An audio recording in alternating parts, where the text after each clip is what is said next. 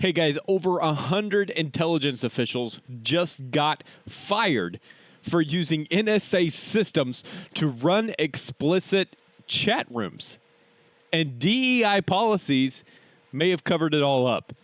Senator Tom Cotton is exposing it all, plus Biden's botched Afghanistan withdrawal and China's land grabs in the United States. Guys, this is huge.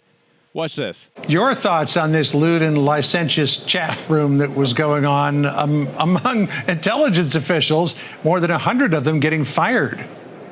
Well, John, my first thought, if material is so inappropriate that not even Lucas Tomlinson will repeat it, you know it must be bad. Exactly. Obviously, this should not be happening on government computer systems or time, much less in classified intelligence systems. I had a chance to speak with Director Gabbard yesterday. I know that she's committed to holding accountable anyone who's engaged in this kind of misconduct.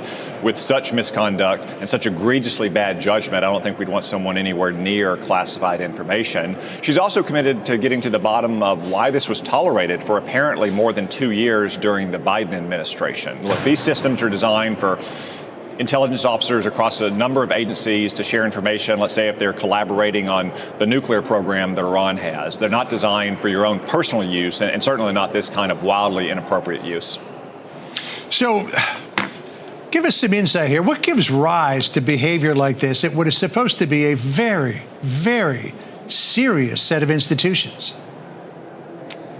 Well, it's hard to imagine, John, why anyone in the intelligence community would think that they could get away with this kind of misconduct, again, on a classified intelligence network that is designed for intelligence officers to collaborate on professional matters for work. And the fact that you had apparently more than 100 people engaged in this kind of misconduct does raise questions about what kind of oversight you had during the Biden administration and why there weren't more systems in place that could catch this content, or why those systems might have been manipulated. So I'm glad to know that Director Gabbard is taking this with appropriate seriousness and is going to hold those participants accountable, also looking back to why it escaped notice or might have been brushed under the rug during the Biden administration. All right. I want to, at the same time, go farther afield and then closer to home for you over the issue of China. We had the president talking about it, said that he wants to invest in China. He wants China to invest in the United States. But your home state governor, Sarah Sanders, said investment only goes so far. Listen to what she said. Arkansas was the first state in the nation to kick a communist Chinese company off of our farmland and out of our state. And we will expand that law with the Communist China Defense Act, divesting state resources from communist China and banning our adversaries from buying land around things like our military bases and electric substations. So how do you reconcile those two things? The president saying he wants more Chinese investment in the United States, and then your governor saying, do not buy on our farmland. Well, I commend Governor Sanders and my legislature for making sure that China isn't buying up critical assets. For instance, land around Little Rock Air Force Base or land around electric substations. And our farmland is a critical asset as well. Remember, China can't feed its own people. China depends on food imports. We shouldn't be helping communist China to get more of our food products that are for our people or for friendly nations, pro-American peoples around the world. I've got similar legislation in Congress that would stop Chinese investment by Chinese nationals or Chinese Communist Party-linked companies in American real estate. I write in my new book, 7 Things You Can't Say About China, that China has a long pattern of doing this. For instance, trying to buy land around the Grand Forks Air Force Base in North Dakota, at the site of many sensitive activities. There's a pattern of Chinese communists trying to get real estate close to very sensitive land, just like they floated a spy balloon across America 2 years ago. I know another issue that's very close to your heart is Afghanistan, because you served over there, and the fact that nobody was held accountable for the disastrous withdrawal from Afghanistan during the Biden administration. But according to what the Defense Secretary Pete Hegseth said at this morning's cabinet meeting, there may yet be some accountability. Listen to what he said here. Afghanistan and the botched withdrawal, have all the generals or command staff that were involved with the withdrawal been fired or relieved of duty? Well, that's a great idea. I'm not going to tell this man what to do, but I will say that if I had his place, I'd fire every single one of them, Pete. That's a very good question. Well, it's a question we've thought a lot about. We're doing a complete review of every single aspect of what happened with the botched withdrawal of Afghanistan and plan to have full accountability. Lawrence Jones asking the question there. So what do you say to this idea that there's an investigation underway and that Hegseth plans full accountability for those who might have botched this withdrawal?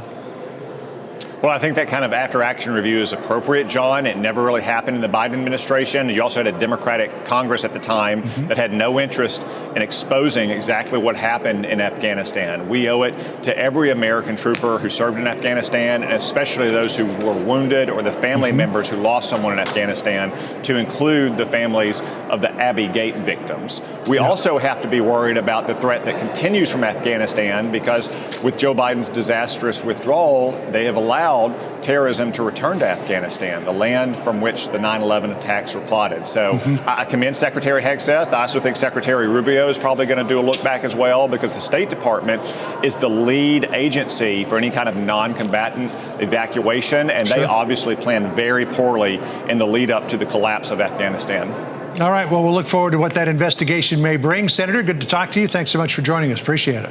Hey guys, before we dive into this, be sure to like the video. It helps more people see this critical information. And if you haven't already, subscribe for more news breakdowns from a conservative perspective. Okay, let's discuss this. Over 100 intelligence officials have been fired for participating in explicit chat rooms on classified NSA systems. You can't make this stuff up. Tulsi Gabbard is now leading an investigation into how DEI policies may have been used to shield this misconduct. Tom Cotton calls this behavior in the video we just watched egregiously bad judgment, questioning why it was allowed to continue for over 2 years under the Biden administration. I mean, if these intelligence officials were abusing classified systems like this, what else is slipping through the cracks? And then we look at Trump and Pete Hegseth. They're demanding full accountability for the botched withdrawal from Afghanistan. Look at what the Biden administration did. They left Americans and allies stranded while terrorists quickly regained control of Afghanistan. Cotton points out that Democrats refused to investigate when they had control of Congress. Now, with new leadership, there's actually a real chance for accountability. But why did this take so long for an investigation to happen? Why? And my question is, will it actually lead to consequences this time around? And then a lot to break down here, guys. Governor Sarah Sanders took a stand, passing laws to block the CCP, China, from buying land in Arkansas. China's been caught buying farmland near sensitive military bases and infrastructure, which, guys, that's a major, massive security risk. Meanwhile, Biden encouraged Chinese investment here in the United States.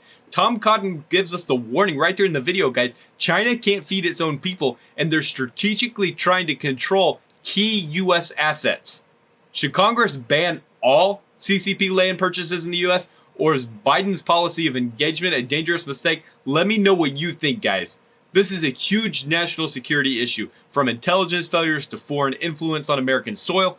Tom Cotton and others are calling for accountability, but will it actually happen? Guys, let me know what you think. Drop a comment down below. Should those involved in the NSA scandal actually face criminal charges?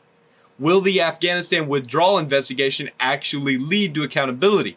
Should Congress ban China from buying any U.S. land? Let's keep the conversation going in the comments, guys. And if you want to support the channel, consider becoming a member for exclusive content. Couldn't do this without you guys. Thanks for watching.